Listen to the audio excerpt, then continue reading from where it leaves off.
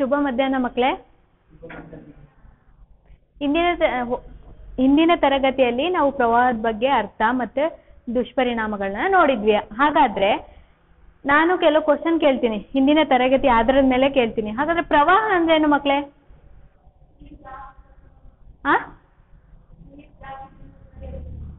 ನೀರು ಜಾಸ್ತಿ ಪ್ರವಾಹ ಅಲ್ವಾ ಮಕ್ಕಳೇ?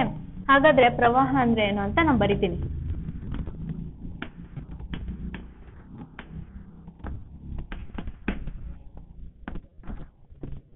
ಕೆರೆ, ಕಟ್ಟೆ, ನದಿ, ಸರೋವರ,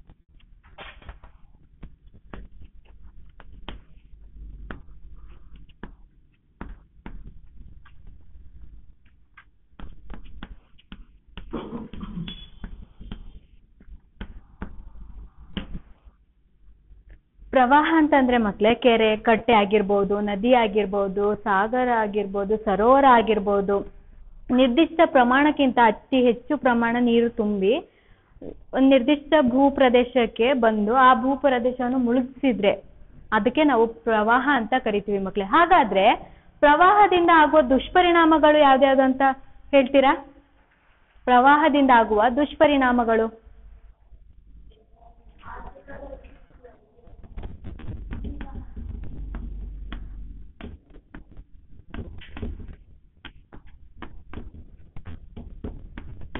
ಹೇಳಿ ಮಕ್ಕಳೇ.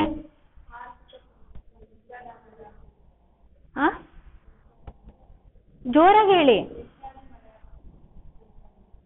ಅದೇ ಜೀವಹಾನಿ. ಎದ್ ನಿಂತ್ಕೊಂಡು ಹೇಳ್ಬೇಕು. ಜೀವಹಾನಿ ಮತ್ತೆ ಆರ್ಥಿಕ ನಷ್ಟ.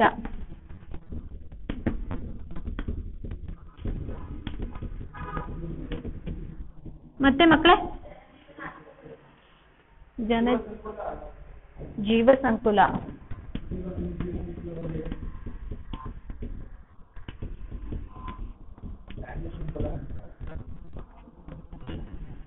ಜೀವ ಸಂಕುಲ ಅಂದ್ರೆ ಅದೇ. ನೆಕ್ಸ್ಟ್ ಅರಣ್ಯ ನಾಶ ಆಗುತ್ತೆ.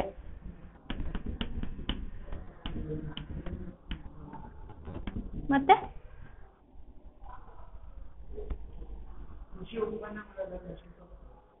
ನಶಿಸಿ ಹೋಗಲ್ಲ, ಹಾಳಾಗುತ್ತೆ ಆಗುತ್ತೆ. ಅತಿವೃಷ್ಟಿ ಅನಾವೃಷ್ಟಿಯಿಂದಾನೆ. ಅಯ್ಯೋ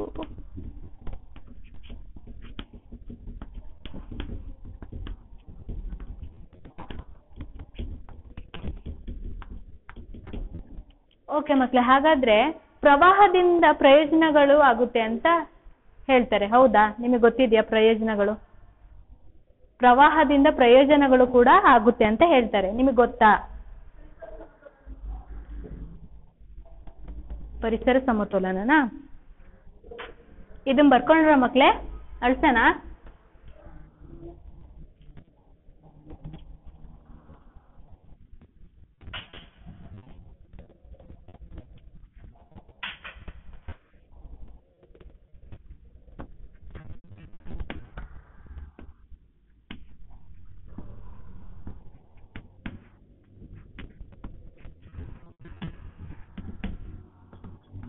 ಹೇಳಿ ಮಕ್ಕಳೇ.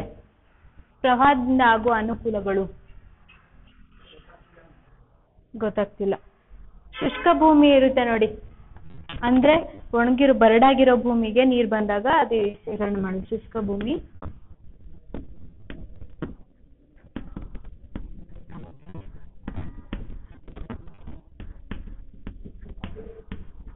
ಮತ್ತೆ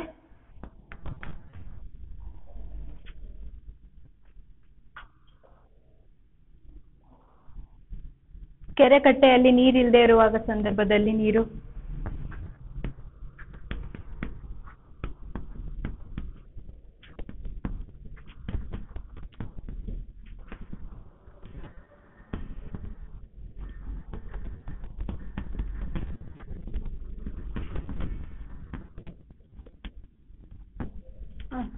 ನೆಕ್ಸ್ಟ್ ಹೇಳಿ ಮಕ್ಕಳೇ.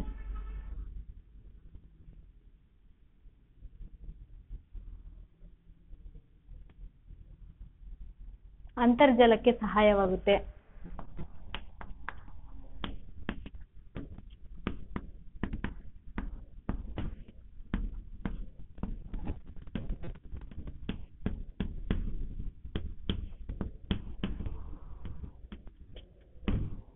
ಇದೇ ರೀತಿಯಲ್ಲಿ ನಾವು ಪ್ರವಾಹದಿಂದ ಆಗುವ ಅನುಕೂಲಗಳು ಮತ್ತೆ ಅನಾನುಕೂಲಗಳನ್ನ ನೋಡಿದೀವಿ ಮಕ್ಕಳೇ. ಇದು ಅತಿವೃಷ್ಟಿ ಅನಾವೃಷ್ಟಿಯಿಂದಾಗಿ ನಮ್ಮ ಇದರಲ್ಲಿ ಪ್ರದೇಶದಲ್ಲಿ ಬರಗಾಲ ಆಗುತ್ತೆ, ಮತ್ತೆ ಪ್ರವಾಹಗಳಾಗುತ್ತೆ, ಸಾಕಷ್ಟು ತೊಂದರೆಗಳನ್ನ ನೋಡ್ತೀವಿ ಅಲ್ವಾ. ಹಾಗಾದ್ರೆ ಇಂದಿನ ತರಗತಿಯಲ್ಲಿ ನಾವು ಪ್ರವಾಹದ ಬಗ್ಗೆ ನೋಡ್ಕೊಂಡಿದೀವಿ. ಮುಂದಿನ ತರಗತಿಯಲ್ಲಿ ಬರಗಾಲದ ಬಗ್ಗೆ ಎಲ್ಲರೂ ತಿಳ್ಕೊಂಬನ್ನಿ. ಇಂದಿನ ತರಗತಿ ಅರ್ಥ ಆಗಿದೆ ಅಂತ ಭಾವಿಸ್ತೇನೆ. Thank you.